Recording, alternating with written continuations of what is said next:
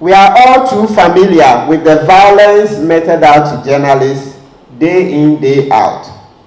The violence takes various forms, okay? Assault by state actors, the military, the police, and the national security, right? Yes, these three institutions.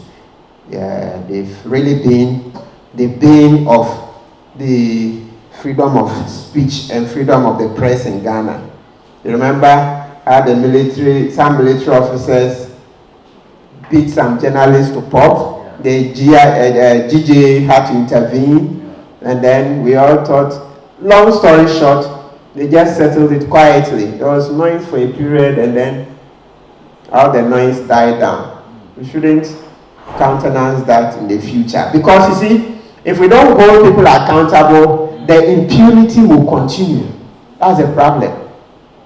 If we don't hold people accountable, the impunity will continue. So you see that those, those incidents, there were two of them, that the GJ took it up with the military, top brass and all that. But you see that since then, haven't we had other cases of police brutality?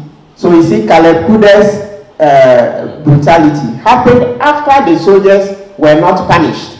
You see the impunity? Yes, if the soldiers had been punished, even if the military didn't want to sanction them internally, if they had given up their identities and the GJ had held the journalists to sue them in court, you know, even publishing the stories alone, that's naming and shaming, it would have helped. Then you see that a few years down the line, see what they did to Kpebu, the national security operatives. They were mostly policemen, right? Yeah, you see what they did. And that's not the last story. And you know what? Even after the Kpebu incident, our client were trying to sue, but you know, for some reasons it's gone quiet. He was also beaten at the Independence Square after the Kpebu incident. Yeah, beaten. He went there, yes, of course, to tell a full story. He took some pictures. They were taking pictures. Then the national security officers came in there and said, oh, this is security facility, you can't take pictures. So wait, you have to take the, the camera, so that if you want, not even take it, but what I mean is that that's the worst case. If the person doesn't want to delete voluntarily, what I can imagine is that you seize, and then you show him that this is our office, come there, and we'll sort it out. But that's not what they did. They took hold of him and beat him. They dislocated his shoulder. Yeah. After the Kpebu incident.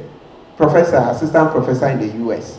So these guys, as we come to the way forward, for me, I think that behavioral change.